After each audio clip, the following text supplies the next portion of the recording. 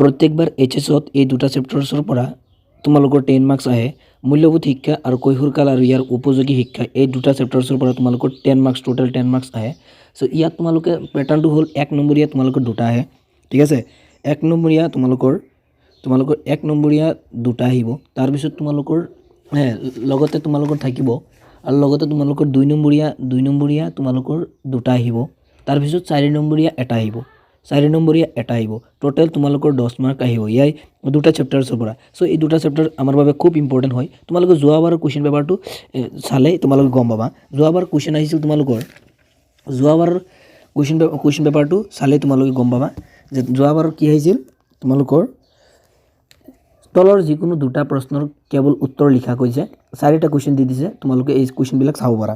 তাৰপিছত লগতে তোমালোকৰ আকৌ কি দিছে যে কি তলৰ যিকোনো দুটা প্ৰশ্নৰ উত্তৰ লিখা 4টা কুৱেশ্যন দি দিছে, 2 নম্বৰীয়া দুটা।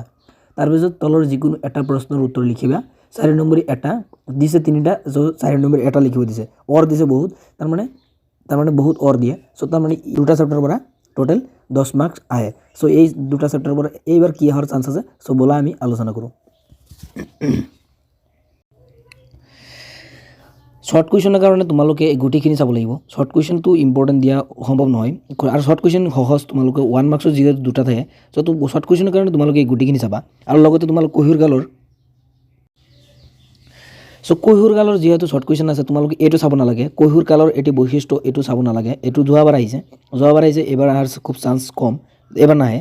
সো কোনচোৱা কালক সময়ৰ কৈশোৰকাল বুলি অনুভৱ কৰা হয়, কাল বুলি জনা যায়। মানৱ জীৱনৰ কোনচোৱা কালক ৰূপান্তৰৰ কাল বুলি অভিহিত কৰা হয়, এইটো চাবা। নৈতিকতাৰ বিষয়ে কিশোৰ মনত কেনে ভাৱৰ উন্মেষ হোৱাত সহায় কৰিছে, এইটো চাবা।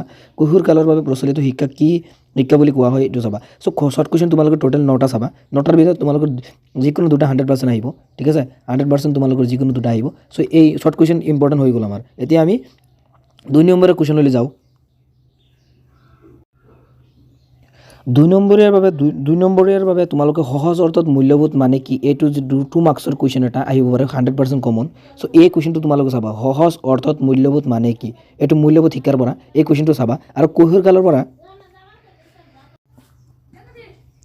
আৰু ইয়াৰ পৰা যদি 2 মাৰ্কছৰ কমন কোৱা যায়, সো কিশোৰ সংস্কৃতি কি, এইটো ভেৰি ইম্পৰ্টেণ্ট কুৱেশ্যনছ, এইটো চাবা।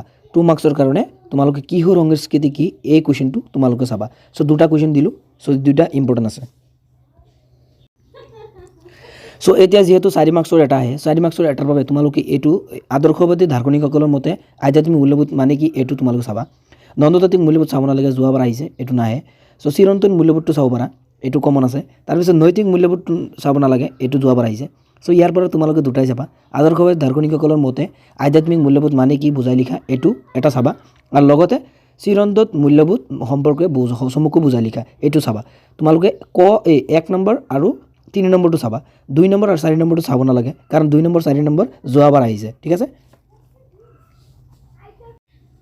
আৰু কৈশোৰকালৰ পৰা 100% কমন বুলি ক'লে কিশোৰীৰ মনত আটাইতকৈ গুৰুত্বপূৰ্ণ বৈশিষ্ট্য পৰিস্থিতিৰ সংঘাত, এইটো মোষ্ট ইম্পৰ্টেণ্ট কুৱেশ্যন, এইটো চাবা। আৰু লগতে চমু টোকাটো চাই থৈ দিবা। এই দুটা চালেই হৈ যাব তোমালোকৰ ইয়াৰ পৰা।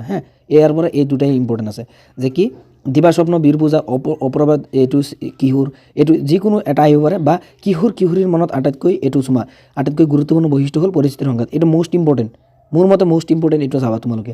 সো এইখিনিয়ে চালে তোমালোকৰ 10 মাৰ্ক আৰামছে পাই যাবা। সো এইখিনি আছিল আজিৰ ভিডিঅ'টো। ভিডিঅ'টো ভাল লাগিলে চেনেল ছাবস্ক্ৰাইব কৰা। থেংকছ ফৰ ৱাচিং।